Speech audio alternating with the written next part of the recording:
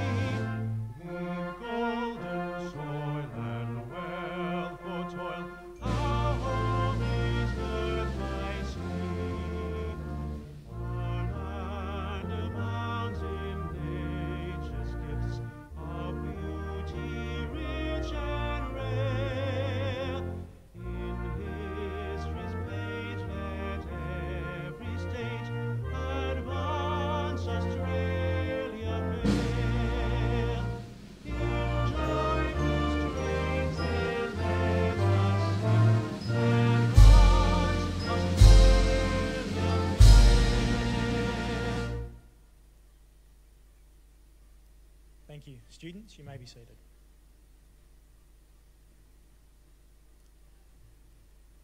The Australian War Memorial was the vision of Charles Bean, Australia's First World War official historian.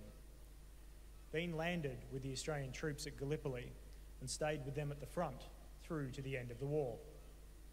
The idea of this national memorial and museum came to him at Pozières, France, in the depths of the bloody fighting of 1916. Bean's idea was that this would be a place where families and friends could mourn loved ones buried in faraway lands. It would also be a place that could help all Australians understand what these men and women had endured and what they had done for us. Bean's vision, to which we remain true, is best expressed as inscribed in the entrance to the memorial's galleries. Here is their spirit, in the heart of the land they loved, and here we guard the record which they themselves made. Tonight, we will read the story behind just one of those on the Roll of Honour, which lists the names of more than 102,000 men and women who have given their lives for us in war and operations for more than a century. But first, we present a lament, Flowers of the Forest. Wreaths or floral tributes will now be laid at the base of the pool of reflection.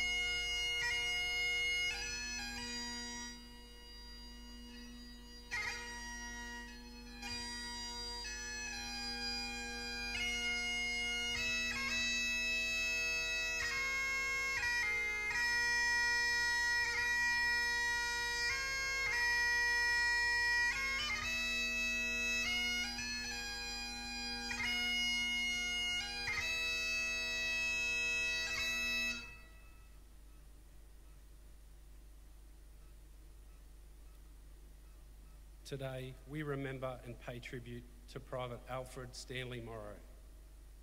Alfred Morrow was born in 1891, the son of John and Matilda Morrow of Nanaglen near Grafton in northern New South Wales. Known to family and friends as Stan, he attended Nanaglen Primary School before starting work in the local sawmill. When his father died in 1909, Stan and his three brothers were left to provide for the family. Morrow had previously tried to enlist in the Australian Imperial Force, but had been turned down because of defective teeth.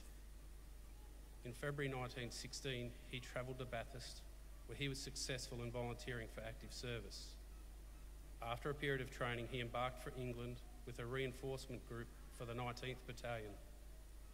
After further training on Salisbury Plain, he sailed for France in December 1916. By then, Morrow was the third of four Morrow brothers to serve in the First World War.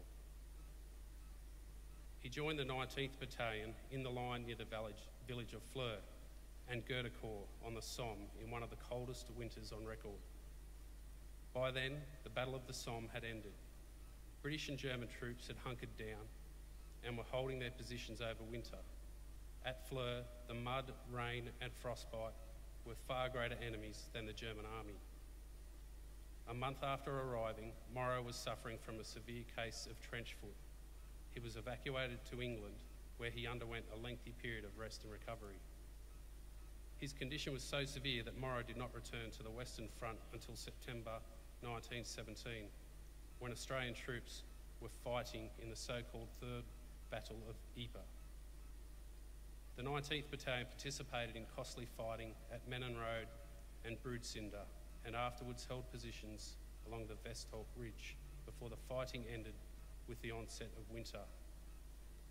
Not long after, the 19th Battalion was relieved from the line in December. Morrow was admitted to hospital suffering from scabies before returning to the front in January 1918. After the fighting in Ypres, the Australians moved south to the relatively quiet Messines sector near the town of Vaughan, where they occupied defences over the following winter. Although it was a period of operational hiatus, the Germans routinely shelled the Australian positions and conducted trench raids. On the evening of the 27th of March 1918, the Germans carried out a raid on a listening post occupied by Morrow and members of his platoon. After a short bombardment, the Germans fired a few rounds at the men in the post before they were met with rifle and machine gun fire and ultimately driven off. Defending their post that night cost the 19th Battalion 2 casualties. One of them was Morrow, then aged 26, who was shot dead in the opening volleys of the skirmish. Morrow was buried near where he fell, but his body was never recovered from the Vaughan battlefield. His name appears on the Meningate Memorial at nearby Ypres, among the 6,187 Australians killed in Belgium who have no known grave. Stan Morrow's name is listed on the Roll of Honour on my right, among almost 62,000 Australians who died while serving in the First World War. His photograph is displayed beside the pool of reflection. His is but one of the many stories of service and sacrifice told here at the Australian War Memorial. We now remember Private Arthur Stanley Morrow, who gave his life for us, for our freedoms, and in the hope of a better world.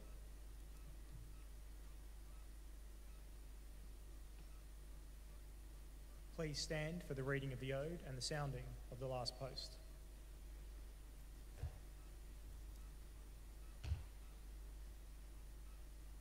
They shall grow not old, as we that are left grow old.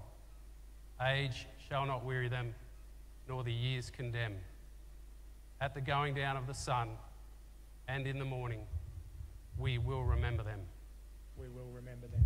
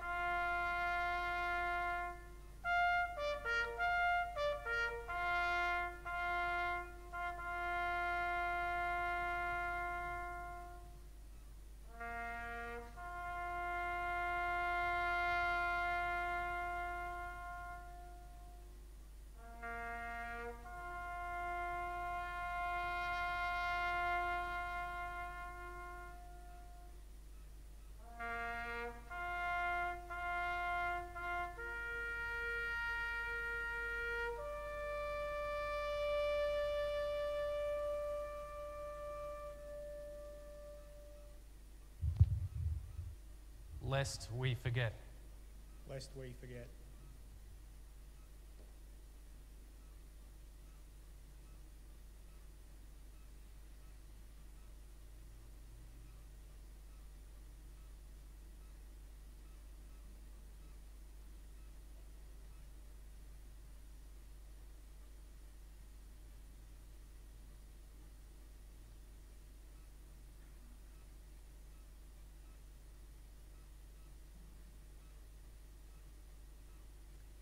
We leave you this evening with the words of the memorial's founder, Charles Bean.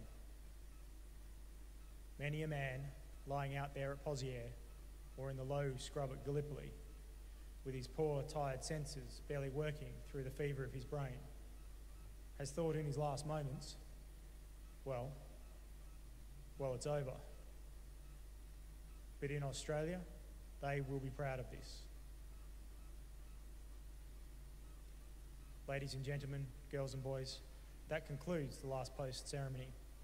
We thank you for visiting the Australian War Memorial and wish you all a very good evening.